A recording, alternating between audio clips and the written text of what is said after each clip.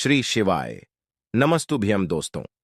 आप सभी लोग जानते हैं कि 9 अगस्त 2024 को सावन का तीसरा शुक्रवार के दिन नाग पंचमी व्रत आने वाला है दोस्तों। इसी दिन किया जाने वाला पंडित जी द्वारा बताया गया 5 कनेर के फूल वाला उपाय आप लोगों को जरूर करना चाहिए, क्योंकि दोस्तों यह एक ऐसा उपाय है जो कि इस उपाय को करने के बाद दोस्तों आपको पूरे साल कोई और उपाय को करने की जरूरत नहीं है, क्योंकि सबसे बड़ा और सबसे नया यह उपाय पंडित जी ने अपनी अभी की सीहोर की कथा में ही बताया है। मैं जिस उपाय को आज हम आपको बहुत अच्छे से समझाने वाले हैं, इस वीडियो को देखने के बाद इस उपाय को समझने के लिए आपको कोई और वीडियो को देखने की जरूरत नहीं पड़ेगी। तो चलिए दोस्तों, उपाय को शुरू करते हैं। देखिए, यह दिन इतना खास होता है, इतना महत्वपूर्ण होता है। देखा गया है कभी कभी बड़े बड़े पूजा पाठ अनुष्ठान से जो मनोकामना पूर्ण नहीं होती है, वह शुक्रवार नाग पंचमी के दिन एक छोटे से उपाय करने से ही आपकी मनोकामना पूर्ण हो जाती है। और बहुत सारे लोगों ने इस उपाय को किया भी है और उनको इस उपाय को करने का फल भी जरूर मिला है। अगर आप लोग भी इस उपाय को सावन के शुक्रवार नाग पंचमी के दिन करना चाहते हैं, तो आप इस उपाय को पहले अच्छे से समझ लेना, सुन लेना, उसके बाद करना। आपको इस उपाय का फल जरूर मिलेगा। और इस उपाय को करने से आपके घर में चाहे किसी भी प्रकार की दुख और समस्या क्यों ना चल रही हो, आपको उसका कारण भी नहीं पता है कि भाई यह समस्या किस कारण से चल रही है, उसका कुछ भी कारण हो सकता है, जैसे पितृदोष हो सकता है या किसी भी तरह का मंगल दोष भी हो सकता है, और भी बहुत तरह के दोष होते हैं, कुछ भी हो सकता है। पर आपको इस उपाय को करने के लिए अपने दोष को पता लगाने की भी जरूरत नहीं है। शुक्रवार नाग पंचमी के दिन इस 5 कनेर के फूल वाला उपाय को आप लोगों को कर लेना है। दोस्तों, अब हम समझते हैं इस वाले उपाय को हमें करना किस समय है। तो सबसे पहली बार दोस्तों हम समझते हैं कि यह 5 कनेर के फूल वाला उपाय करना किसको है। तो देखिए, यहां पर सीधी सी बात है कि यह 5 कनेर के फूल वाला जो उपाय है, यह किस लिए किया जा रहा है। यह मनोकामना को पूर्ण करने के लिए किया जा रहा है, या आपके जीवन में जो दुख और परेशानियां हैं उनको दूर करने के लिए किया जा रहा है, या आपका कोई बड़ा काम है जो कि नहीं हो पा रहा है, आप उसके लिए इस उपाय को कर सकते हो, है ना। तो सीधी सी बात यह है कि आप अपनी किसी भी प्रकार की मनोकामना के लिए इस वाले उपाय को कर सकते हो। तो यह उपाय वह व्यक्ति कर सकता है जिस व्यक्ति को अपनी किसी भी प्रकार की मनोकामना भगवान शिव जी से पूर्ण करवानी हो। और अगर कोई भी माताएं बहनें जो हैं अपने घर की सुख और शांति के लिए, घर में धन समृद्धि को बढ़ाने के लिए वाला उपाय करना चाहती हैं, तो घर की जो बड़ी माताएं बहनें होंगी वह इस 5 कनेर के फूल वाले उपाय को विशेष रूप से करें, क्योंकि माताएं बहनें घर की लक्ष्मी होती हैं, और जब घर की लक्ष्मी कोई विशेष उपाय करती है तो उसका फल ही बहुत जल्दी मिल जाता है और बहुत बड़ा होकर मिलता है। अन्यथा इस उपाय को कोई भी व्यक्ति कर सकता है, चाहे वह बड़ा हो, चाहे वह छोटा हो, चाहे वह बच्चा हो। जिस व्यक्ति को यह 5 कनेर के फूल वाला उपाय समझ आ गया, वह व्यक्ति इस 5 कनेर के फूल वाले उपाय को शुक्रवार नाग पंचमी के दिन जरूर करें, क्योंकि उसको इस उपाय को फल बहुत ही जल्दी मिल जाएगा। क्योंकि सावन के सबसे बड़े व्रत नाग पंचमी के दिन भगवान शिव जी बहुत आसानी से प्रसन्न हो जाते हैं। तो आइए अब हम समझते हैं कि इस 5 कनेर के फूल वाले उपाय को आपको करना कैसे है, और इस उपाय को करने का जो समय है वो क्या है। तो देखिए, इस नाग पंचमी के दिन किए जाने वाले यह 5 कनेर के फूल वाला जो उपाय है, यह मुख्य रूप से सुबह के समय होगा, सुबह के समय होगा। आपको कोशिश यही करनी है कि सुबह के समय हम इस 5 कनेर के फूल वाले उपाय को करने पर किसी कारणवश अगर आप सुबह इस उपाय को न कर पाओ, आपको कहीं काम से जाना हो या किसी और काम की वजह से आप उपाय को न कर पाओ, तो आपके पास फिर दूसरा मौका रहेगा, जो कि शाम के समय का रहेगा, प्रदोष काल का रहेगा।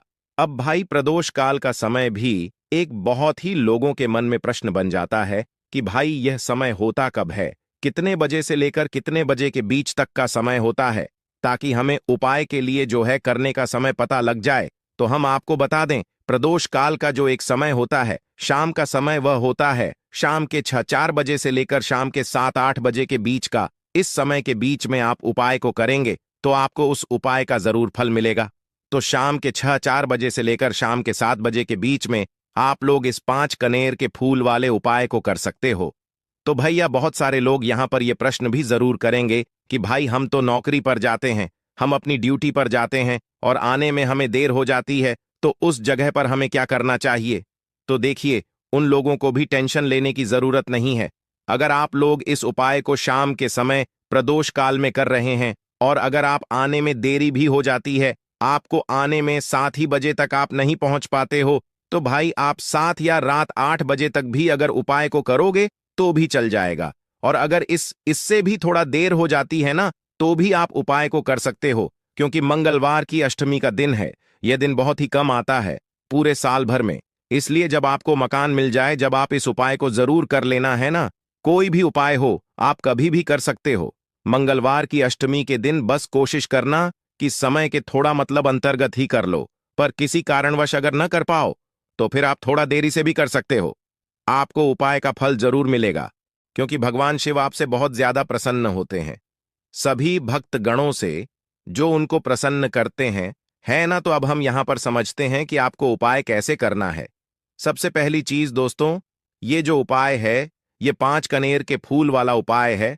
तो सीधी सी बात है, इस उपाय में हमें 5 कनेर के फूल तो लेना ही लेने पड़ेंगे। अब यहां पर एक सबसे बड़ी गलती होती है, जो कि आप उपाय में करते हो और आपको पता भी नहीं लगता है, जो कि हम आपको बताते हैं। देखिए, जो आप 5 कनेर के फूल लेकर आओगे, सबसे पहले तो कनेर का फूल आप लोगों को पता होगा कि कैसा होता है। हम आपको जब भी बता देते हैं, कनेर के फूल वह होते हैं जो कि पीले कलर के होते हैं, लंबे लंबे से होते हैं। आप लोगों ने देखे भी होंगे। आप लोगों ने जो थंबनेल में फूल देखा हुआ था, वही कनेर का फूल होता है। तो आप लोगों को वैसे ही 5 कनेर के फूल लेकर आने हैं। ये कनेर के फूल आप लोगों को बहुत आसानी से मिल जाते हैं। बस आपको इसका पेड़ ढूंढना होता है और बहुत सारे फूल में लगे हुए होते हैं। कुछ भी कमी नहीं होती है।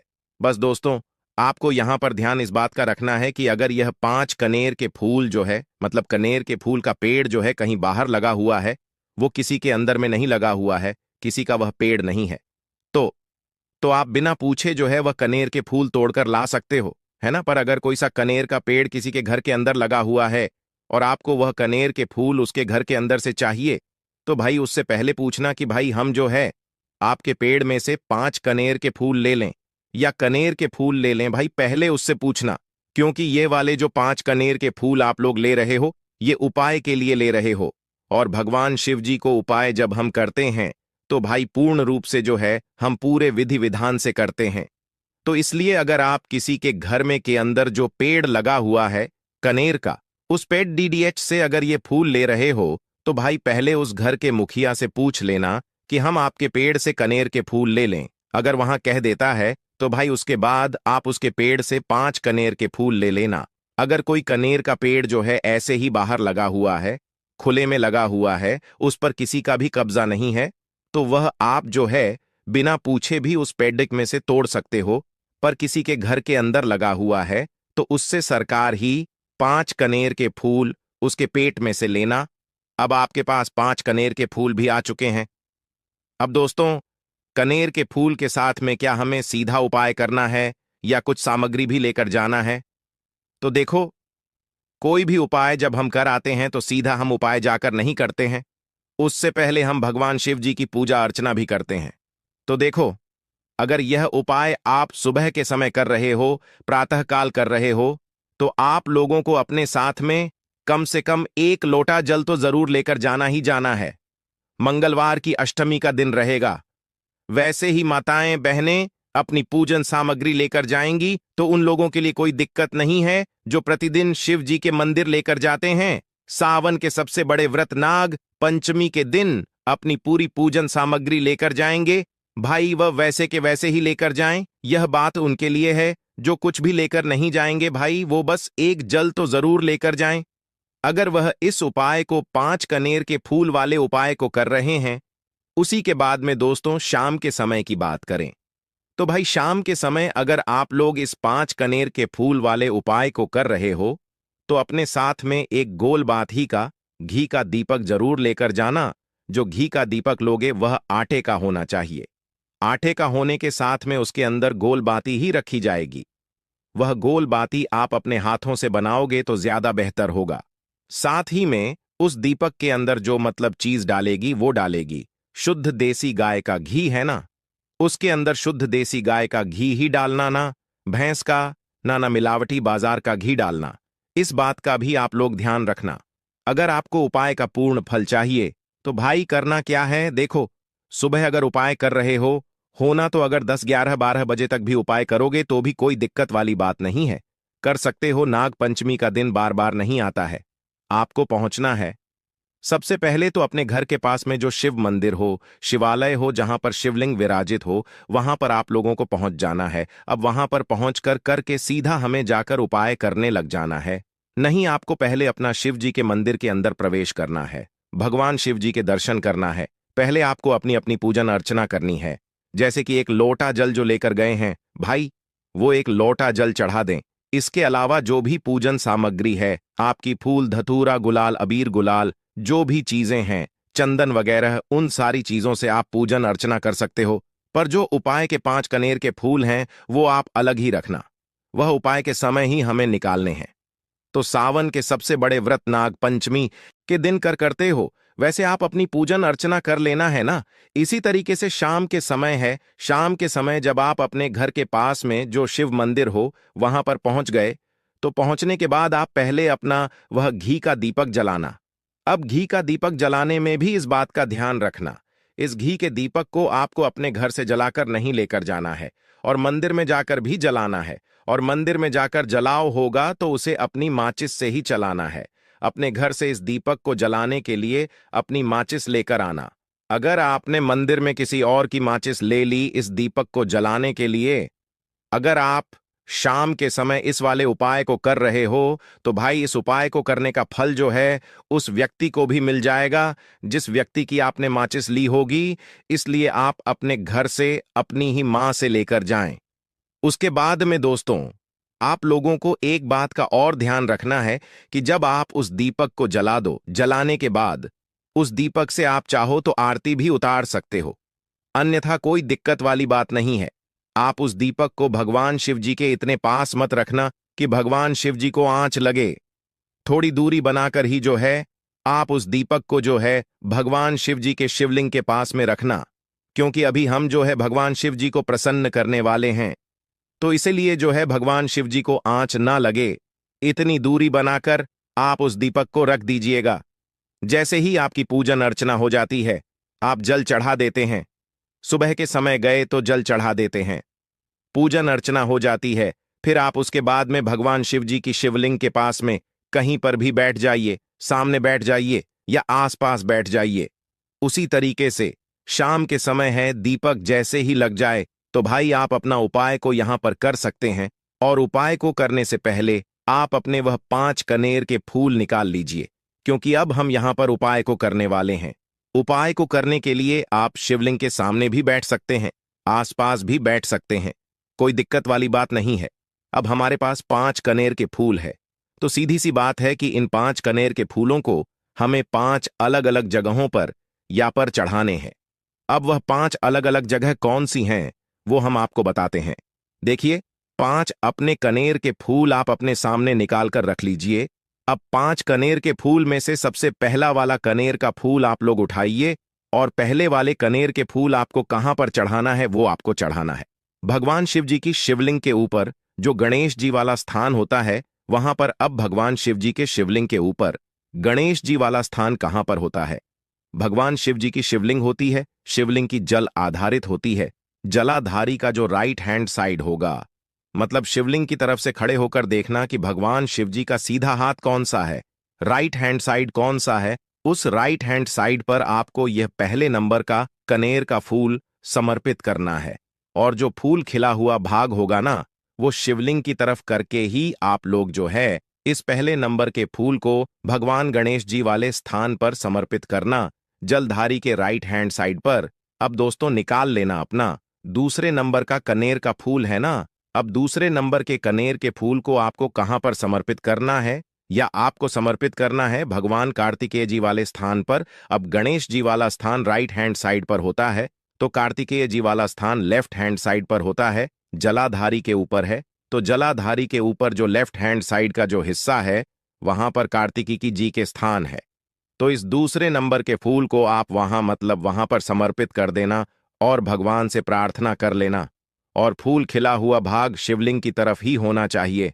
अब बात आती है तीसरे कनेर के फूल की। तो तीसरे कनेर के फूल को भी आपको लेना है और इस तीसरे कनेर के फूल को आपको माता अशोक चंद्र जी वाले स्थान पर समर्पित करना है। अब यह माता अशोक चंद्र जी का स्थान कहां पर होता है दोस्तों? यह जो स्थान होता है यह जलाधारी के बिल्कुल बीचों बीच में होता है। आपने पहला फूल भगवान गणेश जी वाले स्थान पर चढ़ाया, दूसरा फूल कार्तिक जी वाले स्थान पर चढ़ाया। अब यह तीसरा फूल जो है इन दोनों फूलों के बीचों बीच चढ़ेगा, मतलब जहां पर माता अशोक सुंदरी जी का स्थान होता है, खिला हुआ भाग शिवलिंग की तरफ करके ही जो है इस तीसरे नंबर के फूल को आप समर्पित कर देना माता चंडी स्थान पर। अब बात आती है चौथे नंबर के फूल की। तो दोस्तों जो चौथे नंबर का फूल होगा ये आप लोगों को कहां पर समर्पित करना है? ये आप लोगों को समर्पित करना है भगवान शिव के शिवलिंग के ऊपर जो एक पात्र टंगा हुआ होता है जिससे बूंद बूंद करके जल टपकता है, जिसके अंदर शिव जी की 5 बेटियों का स्थान होता है, जया, विषहर, शामिलबारी, देव और दोतली। उस पात्र के अंदर जो है आप लोगों को क्या करना है, यह चौथे नंबर के फूल को समर्पित करना है। अगर किसी कारणवश आपका महापात्र पात्र जो है शिवलिंग के ऊपर जो पात्र तंग होता है जिससे बूंद बूंद करके जल टपकता है, वह पात्र उपस्थित न हो, तो आपको क्या करना है कि शिव जी की 5 बेटियों का नाम लेकर, जया, विषहर, शामिलबारी, देव और दोतली का नाम लेकर जो है इस चौथे नंबर के फूल को आपको जलाधारी के ऊपर ही करती शिवलिंग का जो करती भाग होता है, मतलब जलाधारी के ऊपर ही जो भाग होता है ना, वहां पर समर्पित कर देना इस चौथे नंबर के फूल को, है ना। उसके बाद में दोस्तों बात करते हैं आखिरी नंबर के 5वें नंबर के फूल को, जो कि आखिरी फूल है हमारा। इस 5वें नंबर के फूल को आपको क्या करना है? अगर आपके मतलब जिस मंदिर में आप गए हो वहां पर अगर त्रिशूल लगा हुआ है तो भाई त्रिशूल का एक माध्यम है, भाग होगा जहां से वो त्रिशूल के तीनों भाग निकले हुए होंगे, है ना। तो आपको वो त्रिशूल का एक मध्य भाग देख लेना है। उस मध्य भाग पर आपको इस 5वें नंबर के कनेर के फूल को छुआ है, स्पर्श कराना है। और स्पर्श कराने के बाद इस 5वें नंबर के फूल को आपको क्या करना है? भगवान शिव जी की शिवलिंग के ऊपर समर्पित कर देना है। अब दोस्तों अगर वह मतलब जो है त्रिशूल ना भी हो आपके मंदिर में उपस्थित, तो आप सीधा सीधा यह जो 5वें नंबर का कनेर का फूल है या भगवान शिव जी की शिवलिंग के ऊपर समर्पित कर देना। बस ध्यान इस बात का रखना कि जो खिला हुआ भाग है फूल का वह सामने की तरफ होना चाहिए, जलाधारी की तरफ होना चाहिए, और डंडी का जो भाग है वह शिवलिंग के पीछे की तरफ होना चाहिए, फूल की, है ना। तो इस बात का आप लोगों को ध्यान रखना है। जैसे ही आप लोग को ये 5 फूल समर्पित कर दे देते हैं, वहीं पर भगवान शिव जी के शिवलिंग के पास में बैठकर जो है हाथ जोड़कर विनती कर कर अपनी वह मनोकामना बोलना जिस मनोकामना के लिए आप लोग ये वाला उपाय कर रहे हो।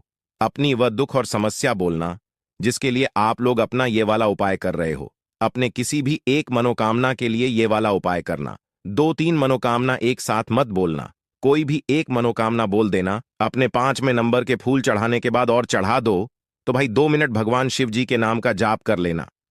उसके साथ में दोस्तों आपका ये उपाय यहां पर पूर्ण हो जाता है और आप भगवान शिव जी के दर्शन करके उनको प्रणाम करके आप अपने घर पर वापस जा सकते हो। इसी के साथ में दोस्तों इस उपाय को करने से आपको बहुत जल्द धन की प्राप्ति होगी।